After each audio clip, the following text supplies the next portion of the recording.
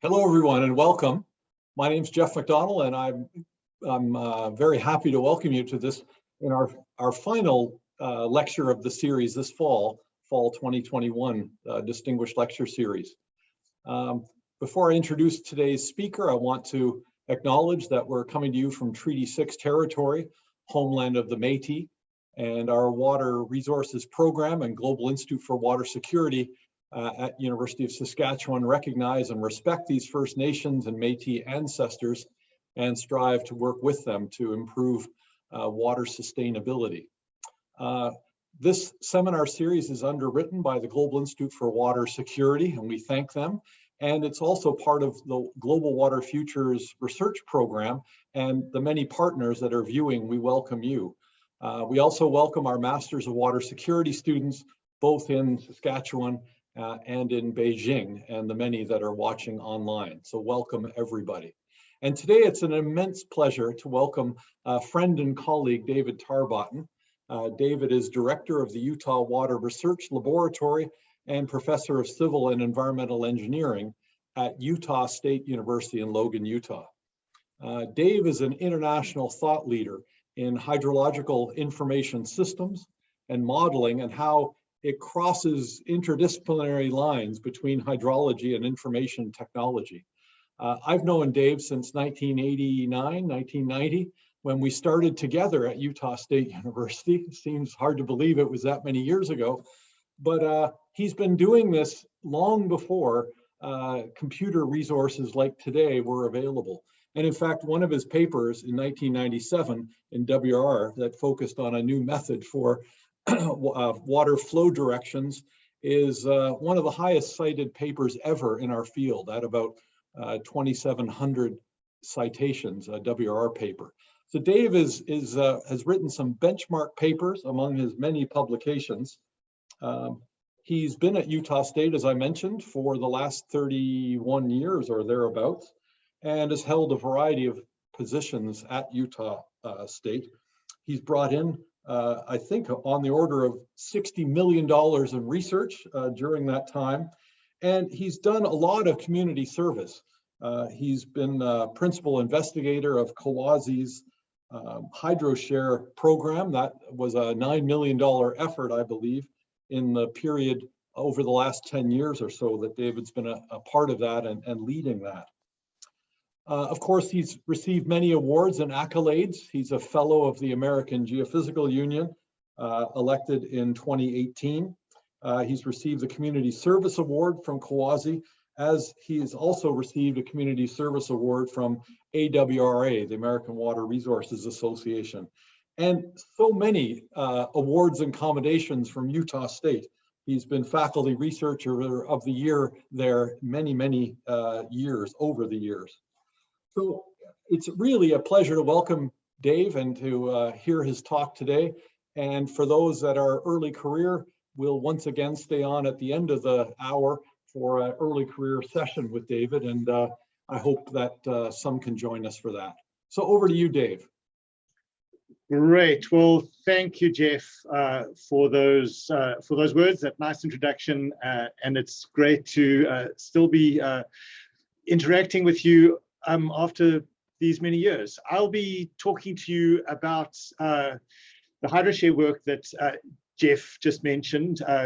CUAHSI HydroShare, we'd like to call it, because it's done effectively for the Consortium of Universities for the Advancement of Hydrologic Science Incorporated, which is CUAHSI, the organization that came together to collaborate in big science. And HydroShare, which I'll be talking about, is cyber infrastructure for helping with that. And Jeff framed this in his introduction as community service. And while it is that, I'd like to also try and make the case today that it is really research worthy, because we need to be thinking about the way we work with hydrologic information systems. And I sort of put in the title by hydrologists for hydrologists, because if we want things done right, sometimes we have to do it ourselves. So I'm sharing my screen. Are you seeing the one that's got HydroShare on it? Yes. Yes. So that's the system that we'll be looking at. And I've got a few slides here. So these slides actually are in HydroShare itself. So you could actually go to HydroShare, do a search for a unique hashtag keyword that I made up for today, USASC 2021. And I think this is probably the only presentation that you'll find with that hashtag so far. So the talk is going to be a little bit different. Rather than the sort of water security breakthroughs that maybe many of the talks in this series have focused on, I'm going to step back a little bit and talk about the development of HydroShare with a focus on the information technology key to supporting things like transparency and reproducibility, which are important for trust in the findings of hydrologic research. There's a large team that's worked on this. Many of them are named there, but perhaps not all. And it's HydroShare is operated by CUAHSI with some of these institutions involved, and funding from the National Science Foundation.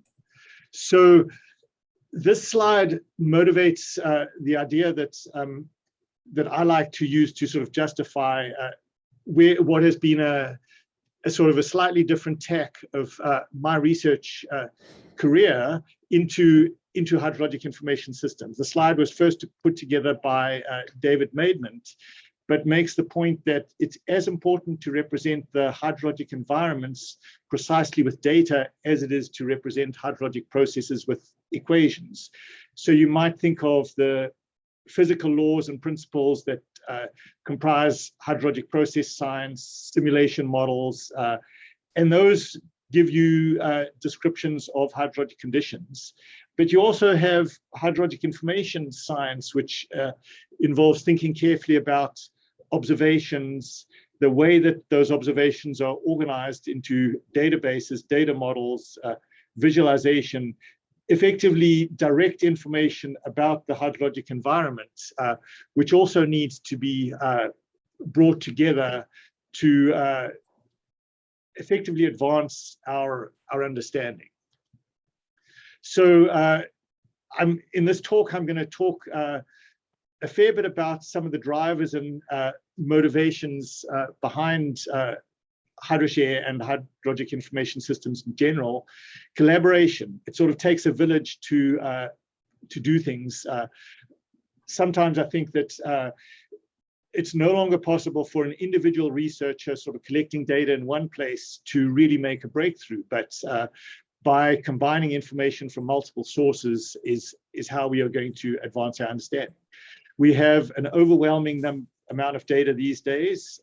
We need it to be fully described so we can actually properly use it. So that involves metadata. There's a crisis of reproducibility that's been talked about in research, and imperative towards open data. And then I'll talk about how we've tried to address this with hydrologic information system work. Effectively, HydroShare as a data and model repository, the standards that are involved, as a gateway to computing to make it immediately useful for researchers, the interoperability involved with effectively a software ecosystem, some of the people who are using it, or at least the data on people that are using it. And then I've got a slide at the end that talks about some of the challenges and unresolved problems that can hopefully seed some discussion. So if you think of the sort of grand challenges that we perhaps face in hydrology and water resources, it often involves things like forecasting, planning for mitigating flooding, dealing with water shortage, and that's pretty critical right now in the Western US with extreme low flows in the Colorado basin, and California sort of experiencing drought, but then also all of the water quality aspects. So the position that I would like to sort of take here as advancing understanding, generating knowledge depends on collaboration and data sharing. So the idea of open data to support this, the idea of integrating information from multiple sources that I just mentioned, easy to use, generally accessible, shareable computing, and then working as a team and community. So if you want to summarize this, you might think of water research as a team sport, and put that picture in there for Jeff. You may recognize one of the people. I love it. So if we think of the data deluge, maybe you have observations of a couple of time series for a single day. You might be, say, gathering 15-minute data, so you'd have 96 observations. If you've got a week, it's 600 observations. A month, over 2,000. A year, over 35,000. And when this slide was put together by Jeff Horsburgh, there was 55,000 observations at that particular site. Then you go to multiple sites, multiple variables that you're interested in, different versions of the data. You get up to millions of data points that analyses need to handle. So you really need infrastructure to manage and share data. So this is the one driver that we have to think of. We hear all about big data, and in hydrology, we are faced with these sort of challenges. You might also get the question, can I please use your data? People in the field receive that fairly often. And this is a bit of a, maybe a contrived example, but what if you got data that looked like this? Maybe the researcher knows what's in columns A, B, and C, but if you receive data like this, it just looks like a bunch of random numbers. So what we really need is the metadata to describe what the data is. So that leads to things like, how do we actually organize our data? We think about things like watersheds, streams, outlets at the mouth of the canyon, and then a gauge that's perhaps there. So you might have stream flow observations where you record them at a certain date. You record what the variable is, and then you've got a value, and with apologies to the Canadians, and cubic feet per second, which is used south of the border quite often. Then you might think about, okay, so those are observations that are collected at a sampling feature, a stream gauge. That sampling feature is a dot on the map that represents a quantity that's for a feature of interest. Maybe that feature of interest is the watershed. It's the stream flow that originated from that watershed, or it's the stream flow that's in that particular stream. So we have different types of features. So this is getting into how to actually structure and organize our description of the environment in a way that we can support analysis. So the important point here is that the way that information is organized can enhance or inhibit the analysis that can be done. And we refer to a data model as something that defines the structure of the data and its metadata in support of analysis. So it's important that we organize our data into good data models and use that when we make it available more broadly. Then there have been high-profile publications that question the reproducibility of research. So this headline from Nature, 1,500 scientists lift the lid on reproducibility, or muddled meanings hamper effort to fix the reproducibility crisis.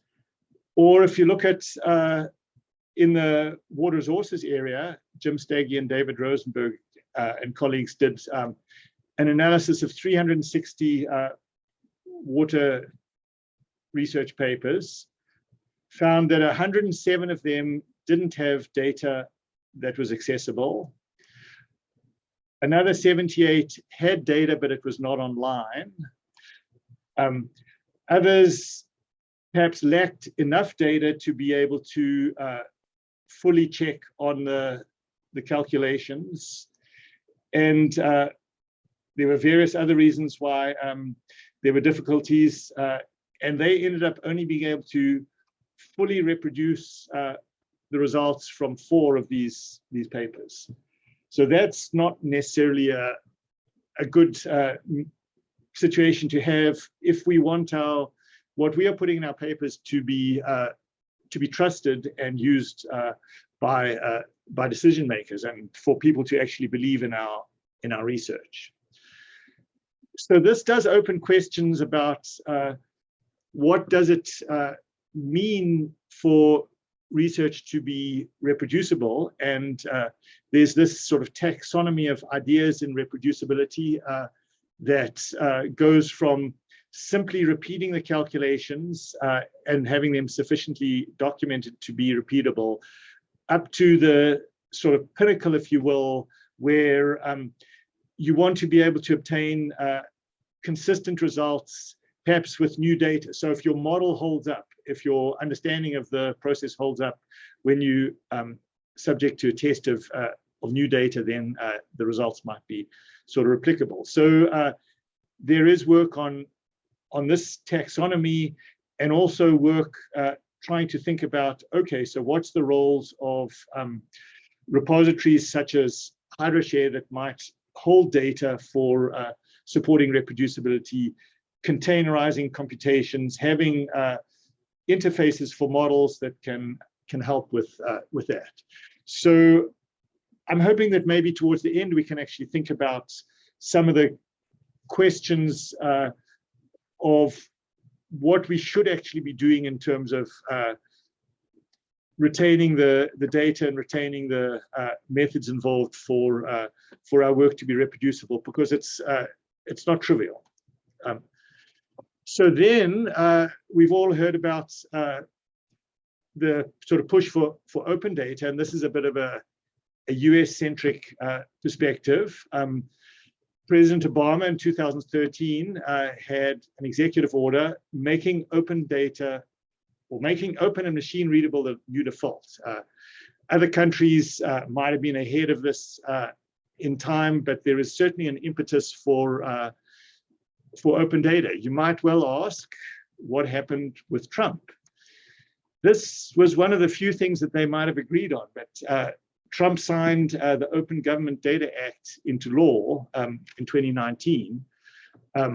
So there certainly is the push for, it's been sort of widely accepted that we should really make our government-funded data open and usable by the population.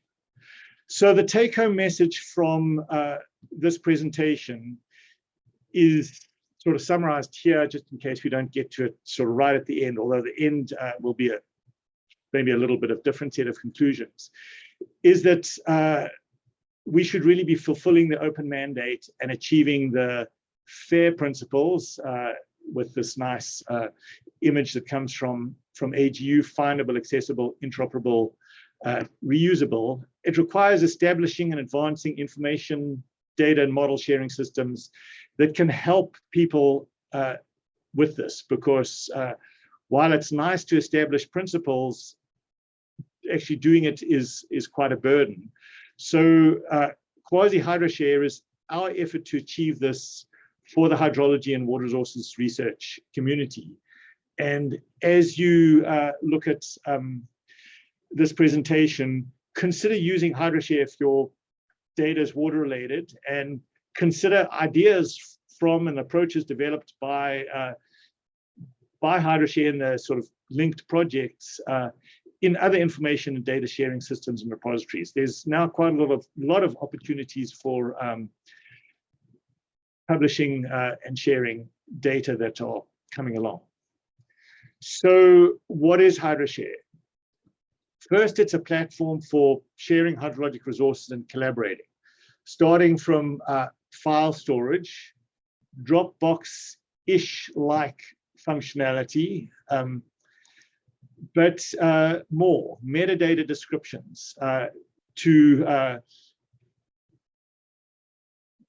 sort of allow you to see what it is. If you share files with somebody in Dropbox, there's no requirement that it's actually well described.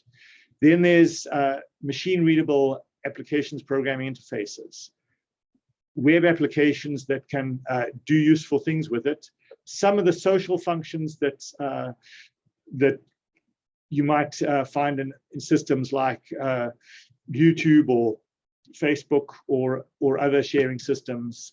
And then there's digital object identifiers to allow work to be cited. So those are some of the value added functionality that we've been trying to build and make the system more complete, with the goal being to advance hydrologic science by enabling the community to easily and freely share the products from the research, not just the scientific publication, but also the data and models used to create it.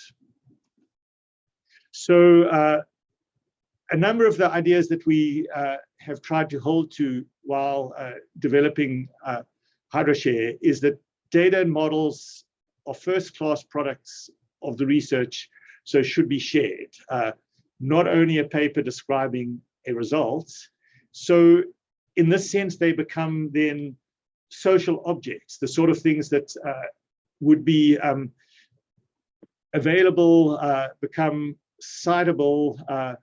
Maybe as you gather the citations, people start getting credit for them, and are first class things that we work on in our research.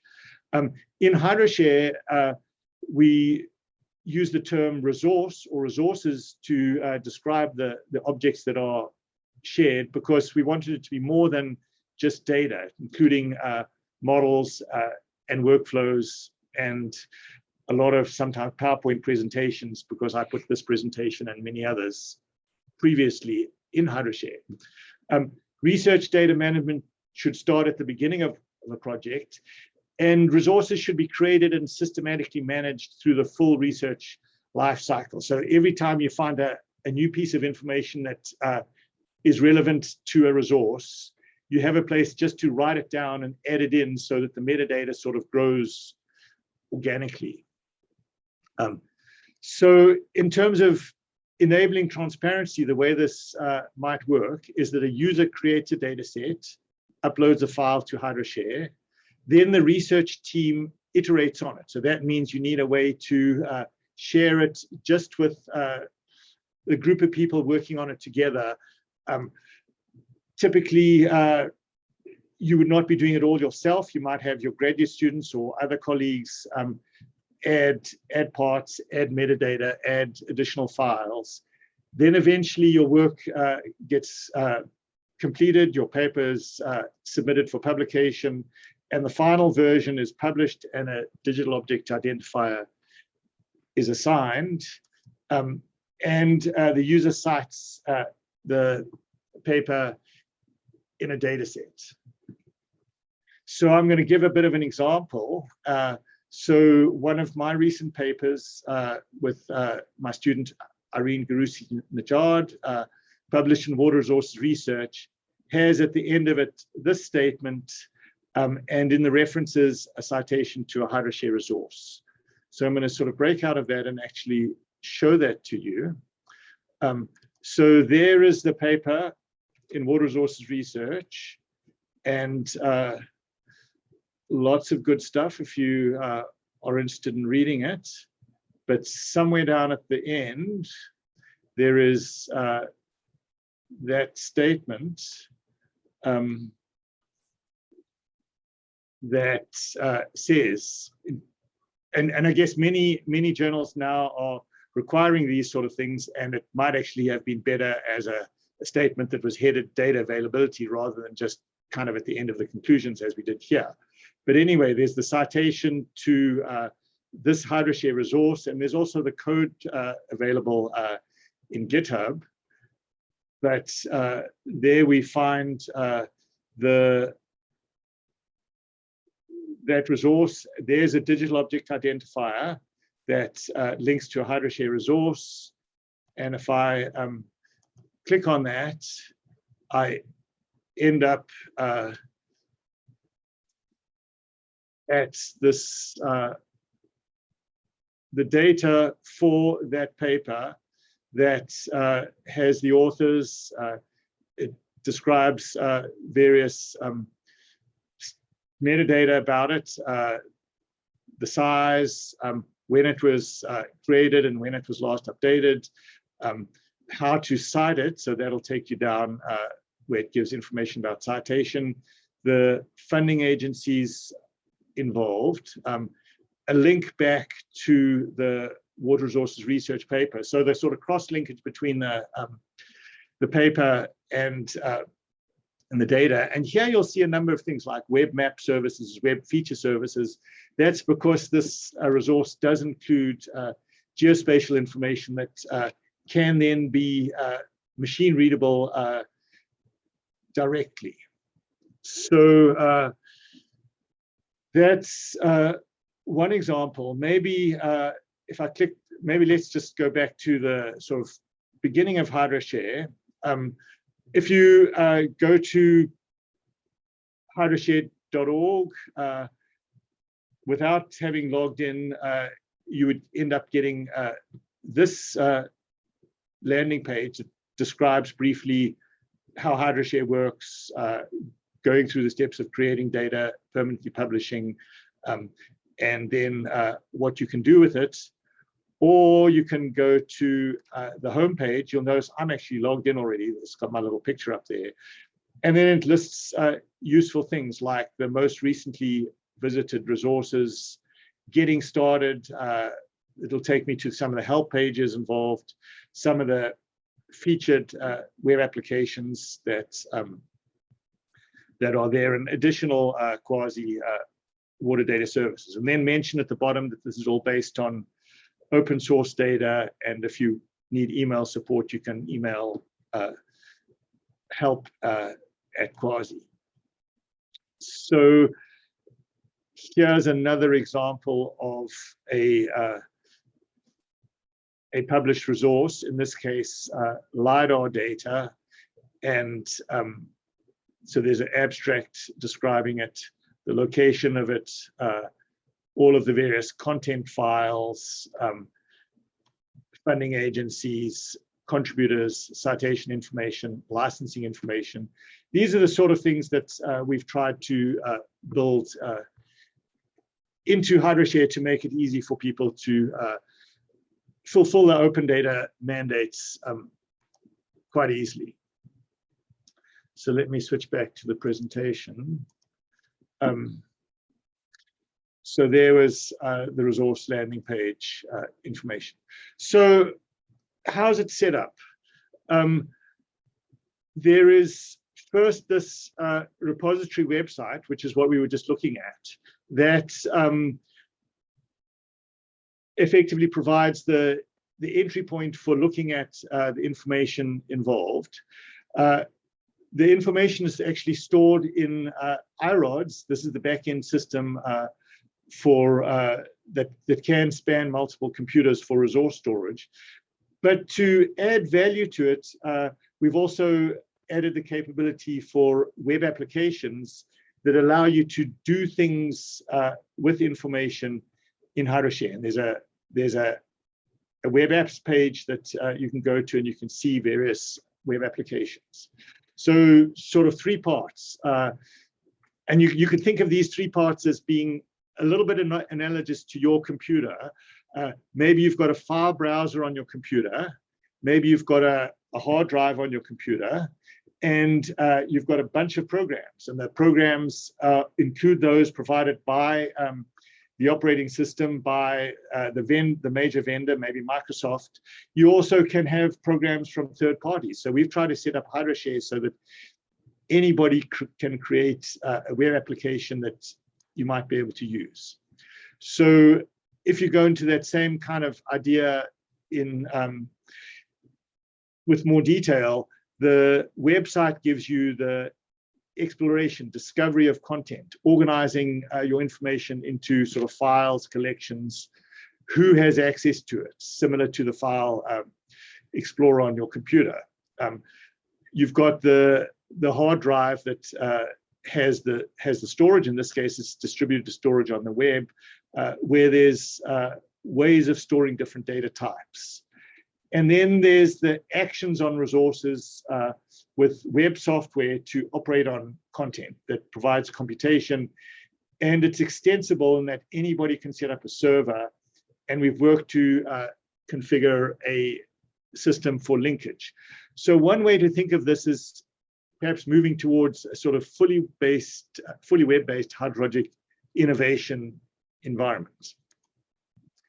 So these are just a few more points on what the data and model repository provides: the capability to manage your data, to share it. I didn't actually show in HydroShare, but you can decide which HydroShare users you want to give either just view or edit access to.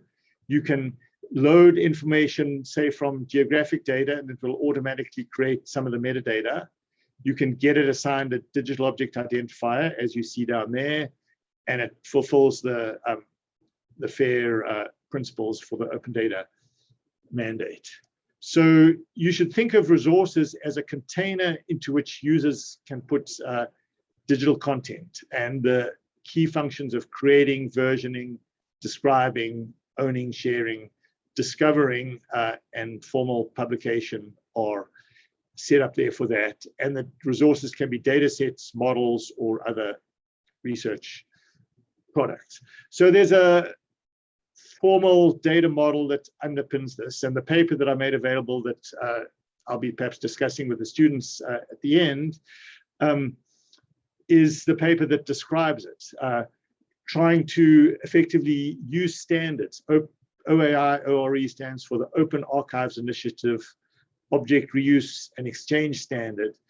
And that is really a formalism around the way the data is organized that allows you to have different content aggregation types that might represent multidimensional data, geographic gridded data, geographic feature data, or even specific models. And then having the data follow another metadata standard, schema.org, which allows it to then be discovered in Google data searches, amongst others. Also, the EarthCube system that the NSF Geosciences Directorate is promoting uses schema.org.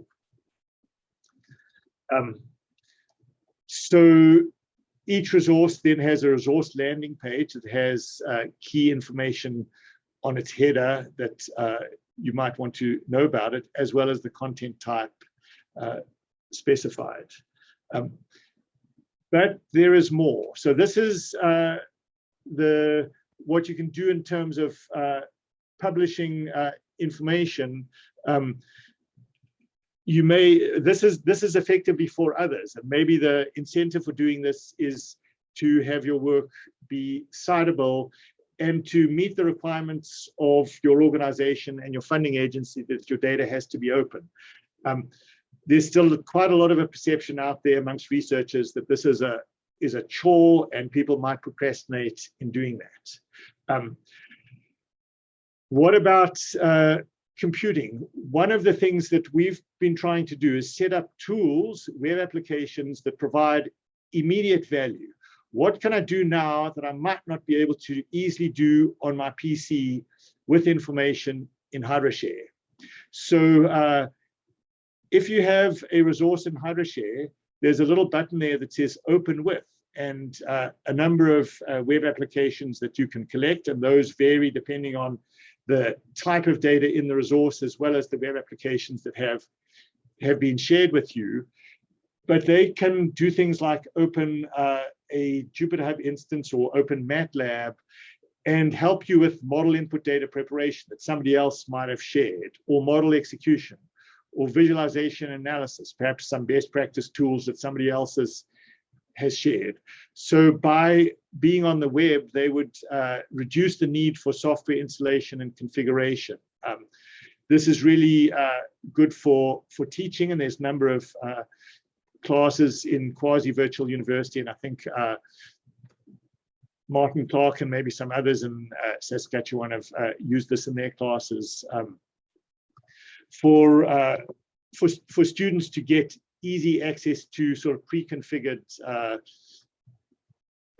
models that take some of the drudge work about it. So writing and executing code in a Jupyter notebook, acting on content in HydroShare resources. This also supports trust and transparency, because if the analysis that you have published in a paper is available for somebody else to check out, there may be greater trust in your results. Or maybe they'll find a mistake and you'll have to correct it. Hopefully not too many of those, but when they are found, it's good. So the way it might work is, here I've got an example with terrain processing. You open with the CUAHSI Jupyter Hub. So there's a web app connector that launches an external application. There's a tool that fetches the data into a separate environment and opens a notebook that is basically a sort of a text-based system where you have descriptive text interspersed with code that makes documenting a workflow very simple. And you go step through, do the analysis, and then you would save the results back to HydroShare so somebody else can work on it, or you can permanently publish it. So the way we set that up was to have this concept of web application connectors, where you can configure what's effectively a resource in HydroShare to launch an external web page and describe a syntax for doing that. And anybody can configure that to launch into any web-based system. And as long as the web-based system that you are going to can be configured to sort of take a resource identifier, maybe user information, maybe other information that you sort of pass in a web call, then you can launch that. So there's a sort of a flexible syntax for doing this that allows launching of the Jupyter application that I just showed, but a number of others as well that people have set up. There is still a limitation on this, in that you have to set up the sort of destination web application to be able to receive that. And I'd be interested in maybe having discussion as to what sort of your ideas are for needs for generalizing this. But here's one example. If you have public geospatial information in HydroShare, it automatically gets put on the geo server that's set up with HydroShare. You can open that content with this geo server web application, or you can see the links to the published Open Geospatial Consortium web services that then allow you to read that from other applications. So one of the points that I'm trying to make is not necessarily limited to what we as a team can develop, but becoming interoperable with other systems. By having data published this way, you can read it in ArcGIS.com. So rather than us building a web mapping system, we can take advantage of what Esri has done for us and have a web map that displays data in HydroShare. So this is a special case of a sort of a general theme that we've been trying to sort of hold to and follow, of interoperability.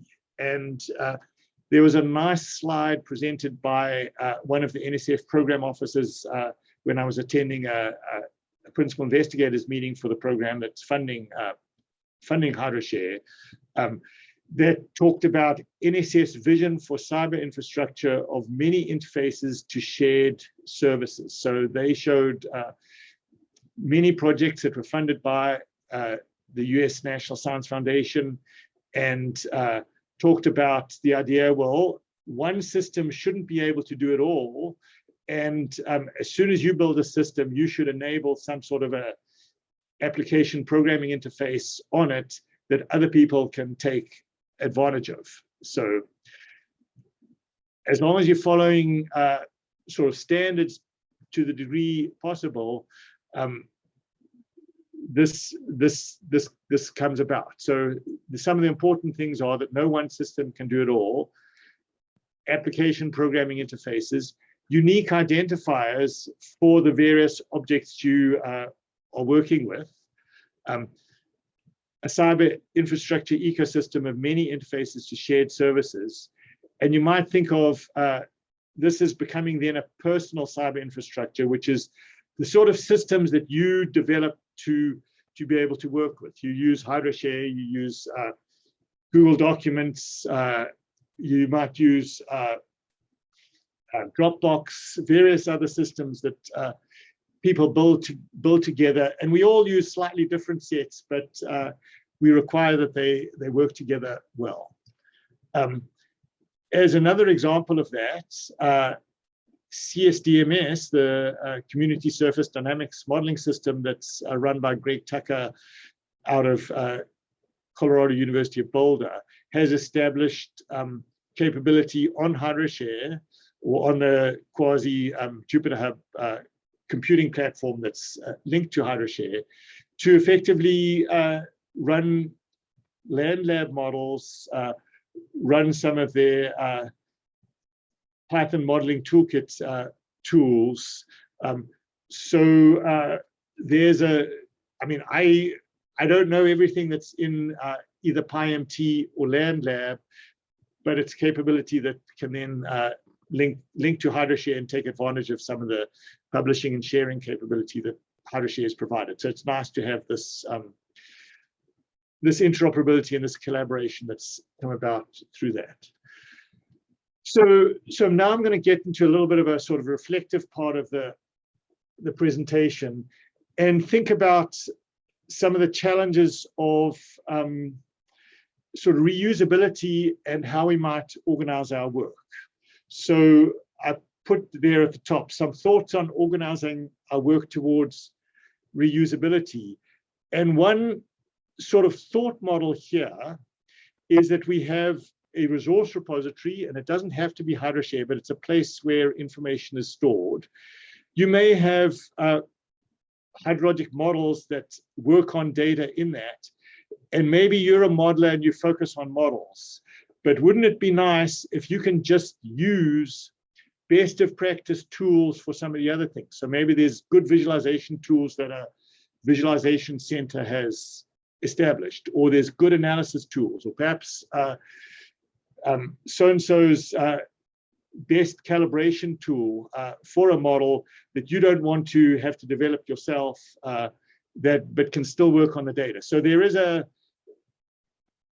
if you think of the data in a repository, there is a model for collaboration where people with different skill sets can focus their contribution in one spoke of this model while using common or established best practice tools of others in the other spokes. If you sort of drill in on models here, so here I know Wouter Knoben and Martin Clark are sort of working on this idea as well. But if you think of a model, there's the pre-processing involved to prepare the input files. Any particular model produces output files, and there's post-processing involved. We need to think about what is common across multiple models and what's specific to each model, and how to organize that. So those are some of the things that at least the cyber infrastructure systems like HydroShare allow us to have good discussions around what should be our best practices. I've got a few slides here sort of towards the end that talk a bit about who's using HydroShare and how widely it's used and who can use it. So while the audience is primarily the US research community, because we had NSF funding, it's on the web. Anybody can use it. And there is quite a lot of international use, water resource professionals, educators, citizen scientists. So there's about 10,000 or more than 10,000 regular users, US international organizations, and about 600 users that sort of come back and use it every month. So we do actually, and this was required for our reporting to the National Science Foundation, keep track of metrics. So look at the growth in total of number of users, and then how many have used it, well, how many of them are actually people who return. So we've looked at users that logged in the last previous days, and also users that logged in the last 180 days, but created their account before that, because that would be somebody that's sort of come back after 6 months and has maybe repeated using it. And there's a growth there, but the numbers are not as high. So you could infer from this that there's quite a lot of people who perhaps create an account once, just check it out. That's sort of understandable. Maybe they actually are once and done. They publish a data set associated with a paper, and then they move on. And that's a perfectly acceptable use. But there's also people who are using it on a sort of more ongoing basis. So the organizations represented by people, and then we also track the types of people. So there's university faculty, graduate students is the largest category, postdocs, government officials, consulting people, undergraduate students, and so on. This data is somewhat incomplete because in the early days, we were not requiring this to be filled out. So we've got a lot of users who haven't got it reported or just actually say it's other. And then in terms of the resources, we sort of have to track the number and size of resources, as well as the number that are published with citable digital object identifiers. So this sort of summarizes some of the contribution here. It's a web-based collaboration system to support hydrologic understanding through data sharing and collaboration. So in terms of the sort of FAIR principles, sharing of data with a publication, social discovery and added value, sharing of models and workflows. But then what we're trying to emphasize is value to users through links to computing. So you can get a level of platform independence. You can get access to higher performance computing than you may have that might work with larger data, reproducibility, interoperability, and reducing the need for software configuration.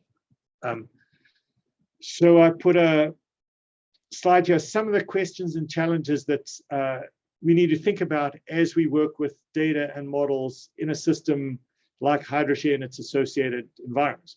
What should be retained and curated for research to be trusted? Because you can't necessarily retain anything. What about big models? And I'm thinking here of the general circulation model or continental hydrologic model, where an individual user cannot perhaps go and rerun it. What about dynamic data sets, such as, for example, a national streamflow data set where there's data being streamed in and adding every day?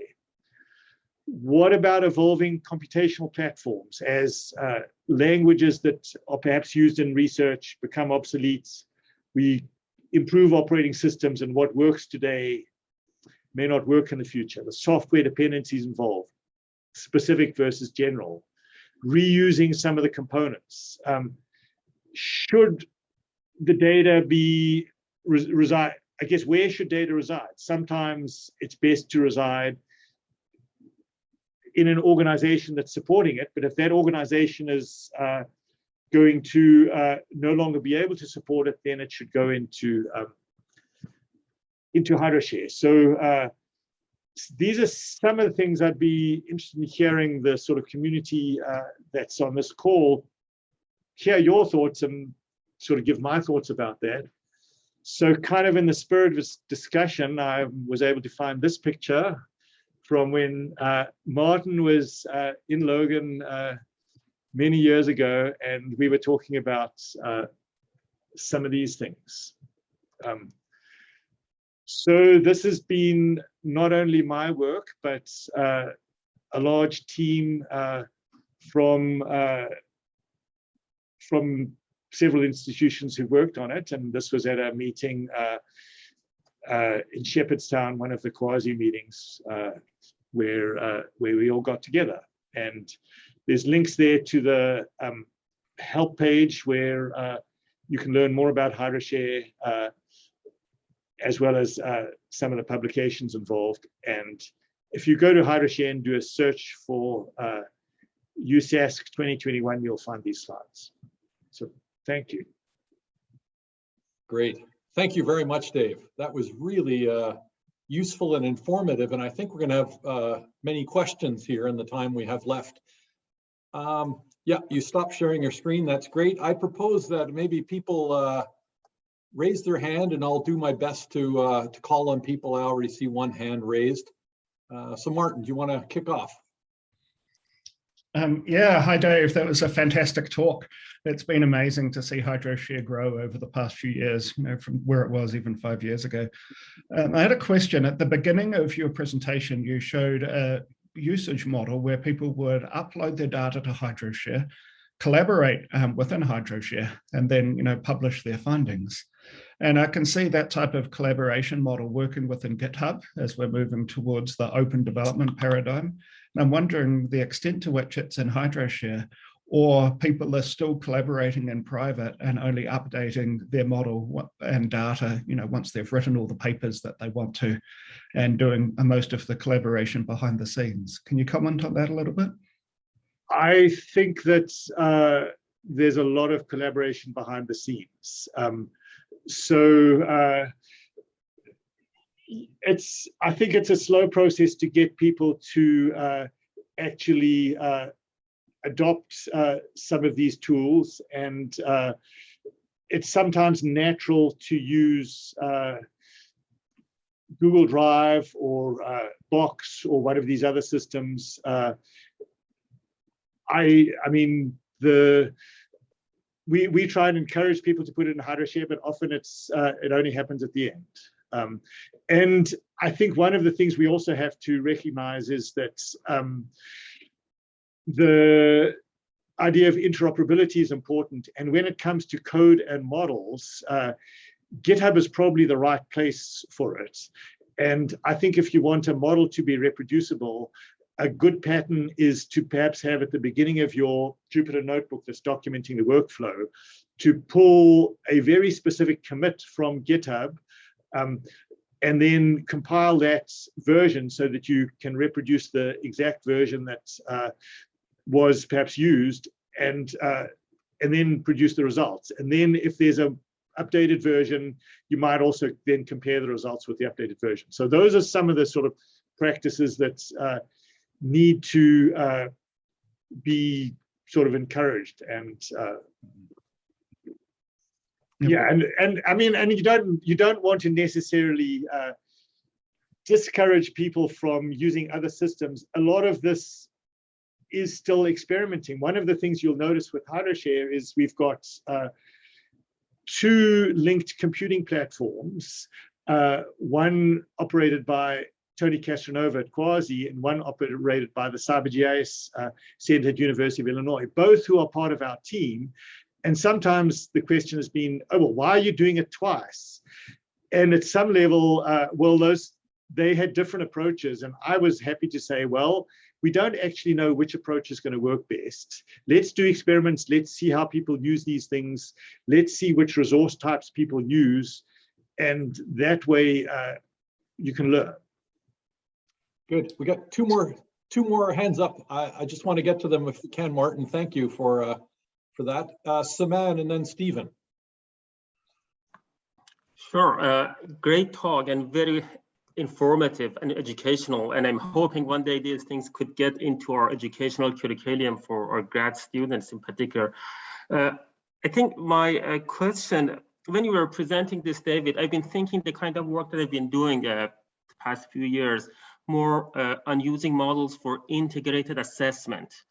And of course, hydrology is often now interfaced with other disciplines, and we couple models of hydrology, of course, water quality, water temperature, and also human dimensions, infrastructure model, and so on. And I was wondering if you could reflect on that, how, and you know what, at the end, perhaps just very few people could figure out what they've done in integrating those models in some study, and then think of reproducibility or replicability that you talked about. I just wonder, what's your vision on extending hydrologic models or your initiative to better interface with other type of models that now we always try to integrate with hydrology? Okay, so so you made a comment about use in education. There are actually quite a number of courses that use Jupyter notebooks that are operating on the sort of linked computing and work with data in HydroShare. So you should explore those. With respect to the sort of big assessment type of work, I think that if one has a computing platform like, for example, CUAHSI Jupyter Hub, it retrieves data from HydroShare, but that's only one option. We've got examples where it can retrieve data from Google Cloud data stores, and I've got a student who's done that with national water model results. If you've got data, say, from one of the CMIP sets of experiments that's probably on a thread server of some sort somewhere, you can actually program your scripts to retrieve that data and then look at those results. Now, when it comes to actually trying to reproduce and trust maybe those CMIP results, it's going to be challenging for an individual researcher, but we sort of rely on all of the sort of scrutiny that those large sort of synthesis and analysis projects do. But I think there's definitely a capability when you're doing cloud-based computing to pull data from many machine-readable resources and bring it into a single analysis. Mm-hmm. Good. Thank you. Over to Stephen. Oh, David, that's an excellent presentation, and it looks like a really good resource. I especially like the spoke model that you talked about, and I think that's key to making these things work. But my question is a simple one. So if we were to deposit very large data sets, is there a particular terabyte limit, and how do we get the large data there if we were to do that? So there are terabyte limits, and in fact, there's it's maybe a little bit more constrained than that. It's sort of gigabyte limits. Getting we have a limited storage space at RENC that's on the order of 50s of terabytes. And we can't give that all to a single user. So we have sort of quota controls on loading the data. And we have not made those sort of firm because we want to have, basically we've got the message out there. If somebody wants to load really large data, to sort of contact CUAHSI and get into some discussion and figure out who's going to sort of sustainably pay for it and where the best place to keep this data is over the long term. There is capability for moving large data sets around through iRods as well as through Globus that could get the data into it. But it isn't just a simple upload. So when you get to sort of terabytes, it's a sort of a non-trivial problem. And this sort of gets to the question I had at the end as to where should large data sets reside? And it may be somebody who's really producing many terabytes of data is going to have to think about that in their whole data management strategy. Mm-hmm. Dave, we're just about out of time. Thanks, Stephen. But I want to get one last question from Sherry Westbrook in the chat. Thanks for a very interesting talk, Dave. I'm interested to learn more about what benefits you see for field researchers in uploading data to HydroShare. Is the primary benefit official credit for these field sets, the DOI, or do you see more wide-ranging benefits? So it may start with a DOI, but you may be asked to collaborate in interpreting the data in further research. So that's a potential value of it. And then you may end up being a co-author on future papers. You may be able to align your field work with that of other field researchers at different sites so that you can hopefully use similar standards, and you might be able to use their data and they may be able to use your data in sort of more integrative type studies. I guess one issue, maybe just lastly from me on that topic, thanks Sherry, is for a lot of field work, the methods for, I don't know, making measurement are homemade, ad hoc. So when it comes to then meta-analysis later, this can present serious problems. We're seeing this now on the isotope side with respect to plant water sources. And people are using different extraction methods, and the methods induce different values. And I'm just wondering, how will do you see a vision maybe led through HydroShare to come up with some ASTM standards for measurements? Because, other than a rain gauge and maybe a few other instruments, most things in the field, following on from Sherry's questions, are kind of, ad hoc. Any thoughts on that? I think we definitely need to go to standards. We need to start documenting, because if your field method isn't well documented and it's only secret to your lab, knowing what those numbers actually are and how to believe your results becomes questionable. I have been at workshops from my sort of association with the sort of metadata world and HydroShare project, where the same problems come up with labs. And people have come up with ways of effectively documenting lab processes sort of step by step by step. And I think the same model could apply to field methods. And if you get a formal data model sort of description for that, then it enhances the reproducibility of your field work. And the methods can be compared, and maybe people can have measurements that actually are comparable. Yeah, good. Thanks, Dave. Okay, well, we're a bit after the hour, so I know people need to leave. I want to thank you, Dave, on behalf of all of us for a really stimulating talk and ending our series this fall with a bang. So thanks so much. Okay, well. And Dave, I hope you can stay on. We're gonna take a 2-minute comfort break, and then hopefully welcome early career folks who might want to engage you in discussion for the next 15 to 30 minutes. Just talking about your experiences mentoring early career folks and the like. So I'm going to end this formal seminar now, and we'll stop the recording.